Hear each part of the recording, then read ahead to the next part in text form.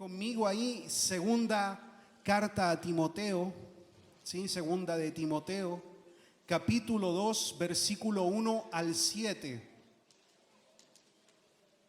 Capítulo 2, verso 1 al 7. Si lo encuentra me dice amén.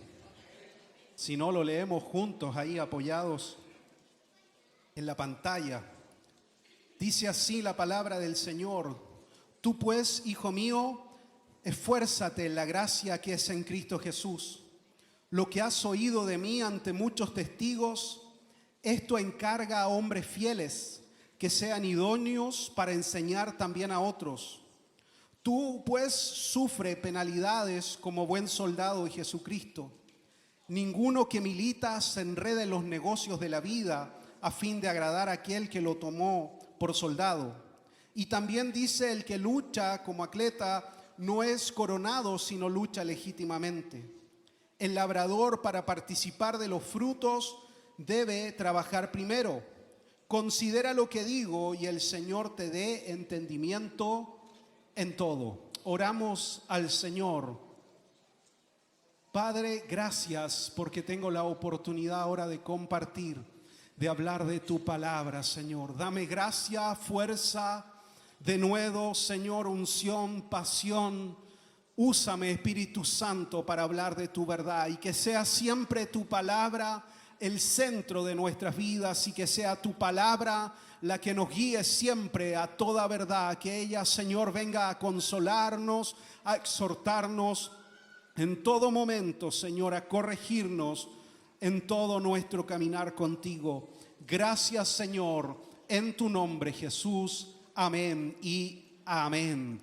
Puse ahí como título a este mensaje: no te des por vencido, porque cosecharás. Amén. Cosecharemos, ¿sí? Siempre lo que uno siembra, cosecha. Esa es una verdad ineludible. Y quiero comenzar relatando ahí, hace un tiempo atrás mi esposa me regaló un libro. A mí me gusta leer mucho sobre la historia universal y especialmente sobre la historia de Roma. Y me regaló un libro precisamente de uno de los generales más famosos de la República Romana, Escipión se llamaba él, el africano. Ese era el título honorífico que recibió por sus conquistas precisamente en aquel continente, África. Se le llamó el africano. Y él utilizaba un concepto dentro de lo que yo leí del libro. Decía: ningún ejército es más fuerte que su soldado más débil. Es decir, que vamos a ser tan fuertes como el eslabón más débil que exista. Ningún ejército es más fuerte que su soldado más débil. Es decir, que son las personas, cada uno de nosotros somos las personas las que desarrollamos el trabajo. Y en la medida en que las personas que integran la iglesia trabajen, se formen, sean diligentes con las cosas espirituales en su servicio al Señor, va a haber siempre una iglesia fuerte. Yo lo diría de este modo: ninguna iglesia es más fuerte que su servidor más débil. No basta con el pastor, no basta con un equipo pastoral preparado, no es suficiente. Todos los que componemos la iglesia somos llamados siempre a tener un compromiso real y profundo con el Señor. Amén. La iglesia no se sostiene en el don o en el carisma o en la gracia de un solo hombre. La iglesia se sostiene indudablemente por la obra del Espíritu Santo en medio nuestro, pero por cada uno de nosotros. Dios usa a las personas, Dios nos utiliza a cada uno de nosotros para dar forma a la obra del Señor, y para que la obra crezca y avance, cada uno de nosotros debemos de comprometernos con el Señor. No es quitar el foco de que es Dios quien da el crecimiento, eso es una verdad. Pero cada uno de nosotros debemos de ser diligentes en buscar al Señor, en estudiar su palabra, en hacer aquello que nos corresponde hacer a nosotros. Hay un proverbio que dice que el hombre prepara su caballo para la guerra, pero de Jehová es la victoria.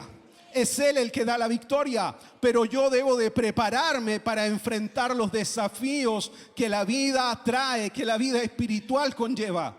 No es solo una relación profunda con el Señor, eso es irreemplazable, pero también yo debo de buscar y ser diligente en formarme en la palabra del Señor, en ser enseñado por otros. Debo de ser diligente en que otros también me corrijan, me enseñen acerca de las verdades espirituales.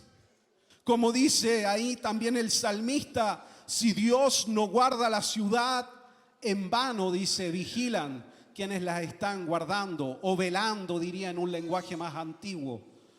De nada sirve todo nuestro esfuerzo, humano. Somos siempre dependientes de la gracia del Señor, pero no solo del Señor, también nosotros debemos de hacer aquello que somos llamados por el Señor, a ser diligentes en nuestra búsqueda, pero también en nuestra formación escritural. Todas las iglesias indudablemente pueden mejorar, todas las organizaciones pueden mejorar, pero la responsabilidad siempre es individual. Yo soy el primer responsable de mi vida espiritual. No es el pastor, no es la iglesia, yo soy el primer responsable de mi vida espiritual.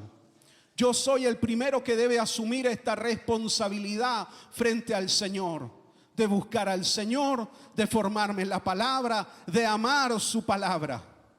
Eso es algo que no podemos delegar esa responsabilidad en otro, porque somos no solo llamados a congregarnos, somos llamados a ser discípulos y a hacer discípulos. Sí, siempre vamos a ser discípulos del Señor, pero también somos llamados a hacer discípulos. Y el discípulo es aquel que permanece cuando la multitud se va a casa. El discípulo se queda. ¿Por qué? Porque ahí es donde viene la profundidad. Las personas vuelven a su hogar, cada uno vuelve a sus ocupaciones propias, pero el discípulo es aquel que siempre tiene un compromiso mayor. Invierte su tiempo, invierte sus fuerzas en buscar más del Señor, en aprender más de su palabra. El discípulo es aquel que permanece cuando las luces se apagan. Cuando ya usted se va y nosotros nos quedamos acá, siempre hay gente que está aquí sirviendo al Señor. Y en esas conversaciones, cuando no es desde el púlpito, sino que estamos mirándonos cara a cara, el Señor forma nuestras vidas. Porque el Señor les dijo, a las multitudes les enseño por parábolas, pero a ustedes les dijo a sus discípulos, les explico lo que quise decir a la multitud. La palabra colectivamente suple gran parte de nuestra vida espiritual, pero hay otra realidad que se da cuando ya uno baja desde el púlpito y uno comienza a conversar. Ahí se da otro tipo de formación. Yo siempre he dicho que estudiar teología uno no lo convierte en pastor, sino que el pastorado es un oficio. Uno lo aprende de otro. Uno aprende de otro pastor. Uno va con el pastor a un funeral y uno dice, hoy cómo lo hizo, cómo va a romper el hielo, esto está difícil, y tira un chiste. Uno lo mejora el chiste. No, uno toma eso y lo va mejorando y lo va incorporando. Y vino una persona y habló y pidió este consejo. Y yo le hablé esto de acuerdo a la palabra, y uno va oyendo y uno va aprendiendo. Y de esa forma uno va creciendo en el Señor. Pero eso no se da acá. Eso se da cuando estamos cara a cara. Por eso el discípulo se queda cuando toda la multitud se va. Y ahí viene una formación profunda en el Señor.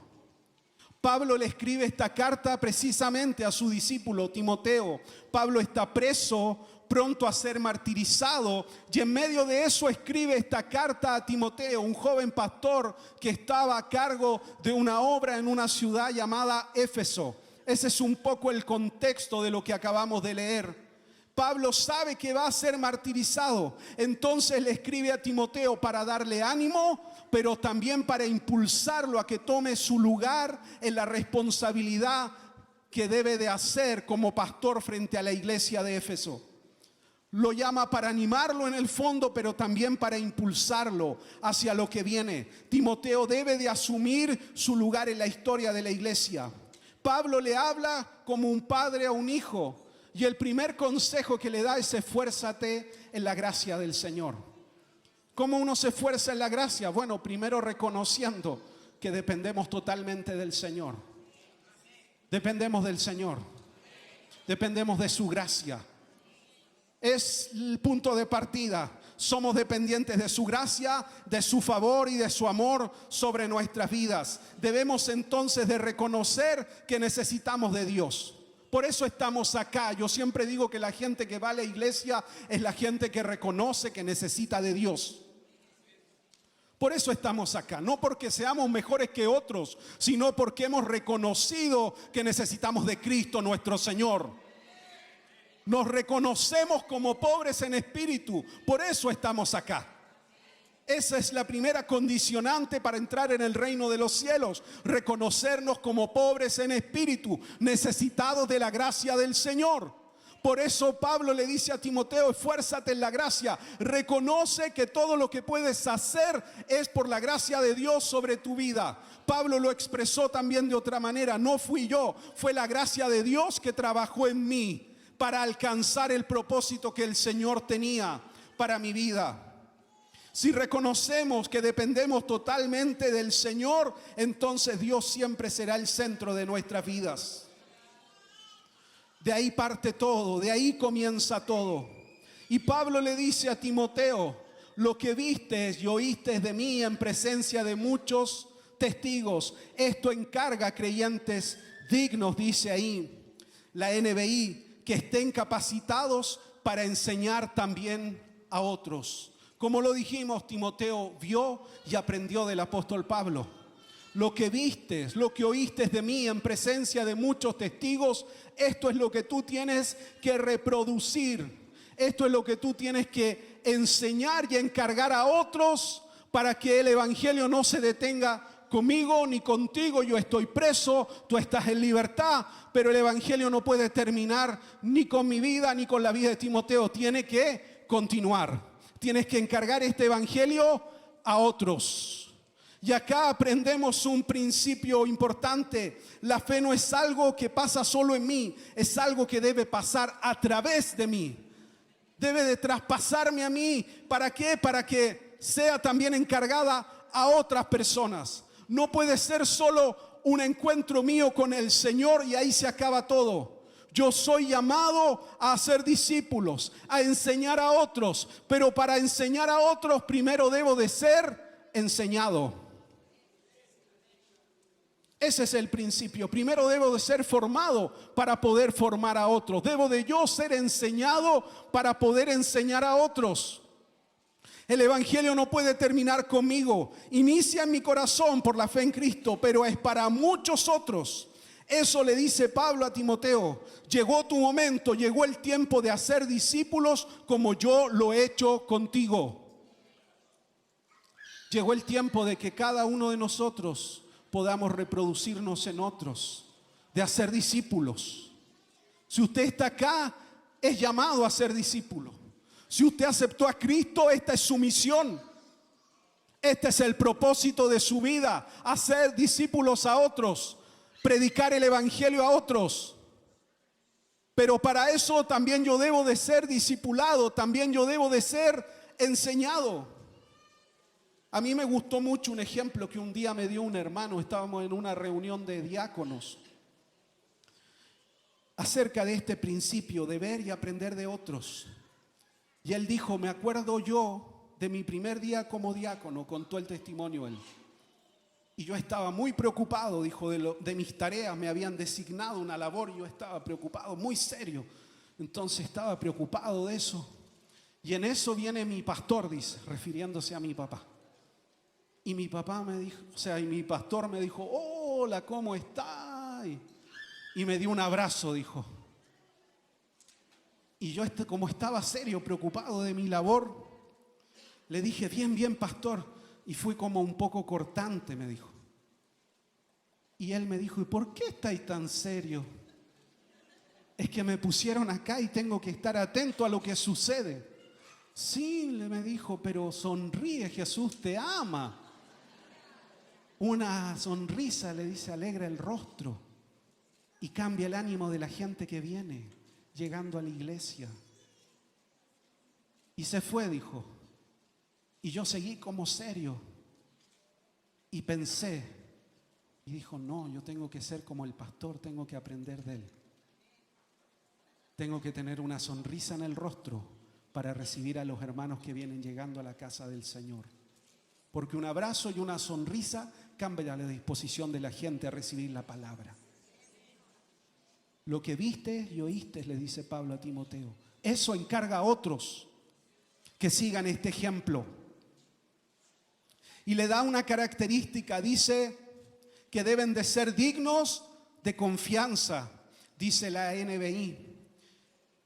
Una iglesia fuerte es una iglesia que siempre está preparando obreros para la obra, porque la obra no puede morir con el pastor, porque la obra no es del pastor de turno, es del Espíritu Santo, y él siempre está impulsando continuamente a que otros asuman el llamado. La obra no puede morir con nosotros, la iglesia no puede morir con el pastor, tiene que continuar porque la obra es del Espíritu Santo. No es de un hombre, no es de una persona. Y el Espíritu Santo continuamente está impulsando para que otros se involucren en la obra del Señor. Pero para eso yo debo volverme alguien digno de confianza, le dice el apóstol. Fíjate en la multitud. Van a haber hombres y mujeres dignas de confianza, dignos de recibir este tesoro que es el Evangelio, dignos de recibir esta misión que es enseñar también a otros, de formar también a otros. Entonces, volvámonos dignos de confianza. Gente de testimonio, de carácter, que dé fruto digno del Espíritu Santo en su vida, que tenga la capacidad también de dar razón de su fe a quienes lo demanden, que busque vivir en santidad para el Señor, porque sin santidad nadie verá al Señor.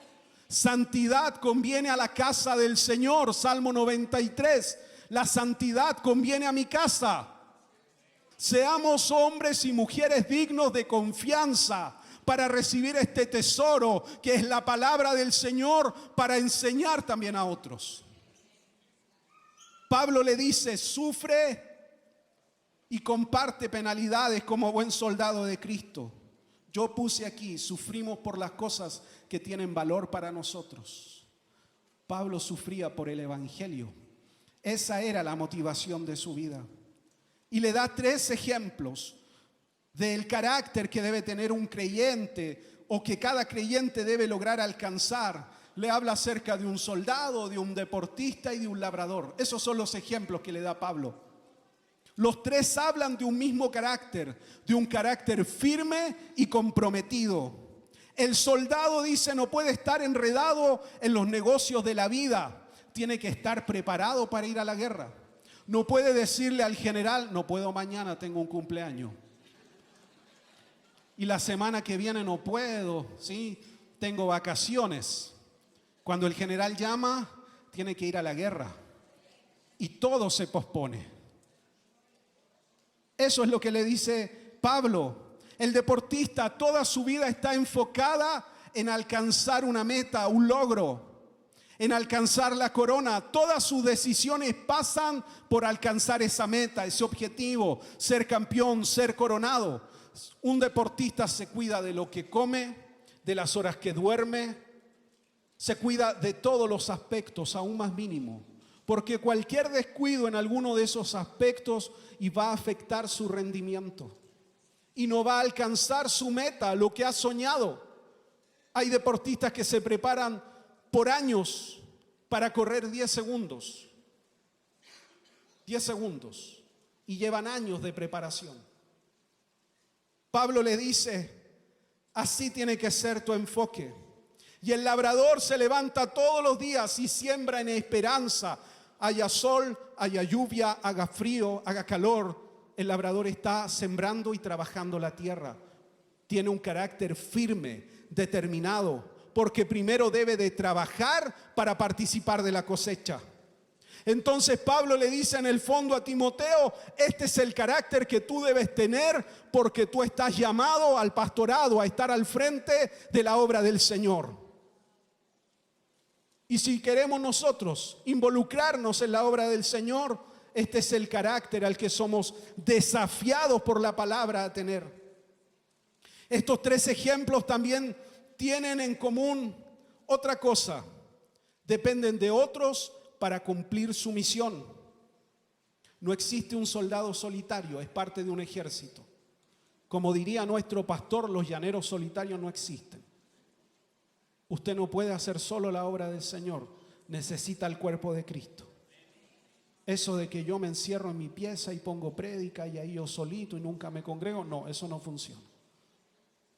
Necesitamos al cuerpo de Cristo. Y como también enseña nuestro pastor, no nos podemos mirar en el espejo y ungirnos pastor solito y me voy a hacer la obra. No, es la iglesia la que reconoce el don, el llamado, la gracia de Dios sobre nuestras vidas. Necesita de otro, el soldado. El deportista puede entrenar, pero va a llegar un momento en que ya no va a mejorar más si alguien más no lo ve, no lo entrena y no saca todo el potencial que él tiene. Lo mismo sucede en la obra del Señor. Necesitamos de otros que nos corrijan, que nos enseñen, que nos formen, que saquen lo mejor de nosotros, que crean en el sueño que Dios ha puesto en nuestro corazón y caminen con nosotros y nos impulsen hacia lo que el Señor tiene. Hay gente que tiene ese don, ese llamado de formar y de preparar a otros e impulsarlos hacia lo que el Señor tiene. Y el labrador puede trabajar solo la tierra, pero depende de otro, depende de Dios, porque es Dios el que da el crecimiento de la semilla. Él siembra, pero no sabe lo que sucede abajo de la tierra. Eso lo hace el Señor. El sol, la lluvia, no depende del labrador, depende de Dios. Es Él el que da el crecimiento. Estos 3 ejemplos también nos hablan de algo muy importante, de perseverancia. Si hay algo que se requiere en la batalla es perseverar, resistir, estar al frente, en la primera línea, requiere perseverancia. Si hay algo que requiere el deportista para no abandonar sus sueños, es perseverancia hasta el final. Y si hay algo que necesita el labrador en los días malos, es seguir trabajando, creyendo que cosechará de la tierra que ha sembrado. Perseverancia. Y con esto quiero cerrar con un lema para mí en mi vida personal que está extraído ahí de la palabra del libro de Gálatas. No nos cansemos pues de hacer el bien, porque a su debido tiempo segaremos, cosecharemos, si no desmayamos, si no nos cansamos. Cosecharemos, sí, pero hay que permanecer, no desmayar, seguir trabajando. Los que somos profesores, ciclo a ciclo, año a año, generación a generación, seguimos sembrando, seguimos trabajando, seguimos formando a otros. Todos los que estamos involucrados en la obra del Señor, ahí veo a Jaime predicando miércoles, antiguamente, lunes, miércoles y viernes en el Paseo Ahumada, trabajando a la obra del Señor. Cuánta gente alcanzada, cuánta gente ganada. Seguimos trabajando, seguimos sembrando en esperanza, creyendo que el Señor dará fruto de nuestra siembra, que cosecharemos, pero eso tiene una condicionante: sin desmayar, sin cansarnos. No podemos cansarnos, no podemos desmayar en esto. Tenemos que estar firmes en el llamado del Señor. Y Pablo termina con esta idea, Timoteo. Tiene que ocupar el lugar que el Señor le ha dado en la obra. Cada uno de nosotros tenemos que ocupar el lugar que el Señor nos ha llamado, la labor que el Señor nos ha llamado a hacer. Aquí se van a graduar muchos hermanos, otros todavía están estudiando, Otros van a entrar a estudiar. Uno ve dones, uno ve potencial, pero tienen que avanzar, terminar sus estudios y seguir sembrando y seguir trabajando y seguir perseverando. Y llegará el momento en que cosecharán. Llegará el momento en que verán el fruto de todo su trabajo y de todo el tiempo que han invertido en la obra del Señor. Servir a Dios no es en vano. Dios no es deudor de nadie. Él sabe pagar y paga muy bien.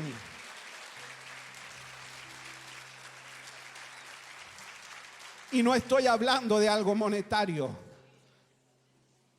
Estoy hablando de algo espiritual. El Señor sabe pagar recompensa muy bien a los que siembran y perseveran y tienen el carácter de resistir y tienen un solo objetivo: vivir para agradar al Señor, rendir toda su vida a Cristo. Póngase de pie.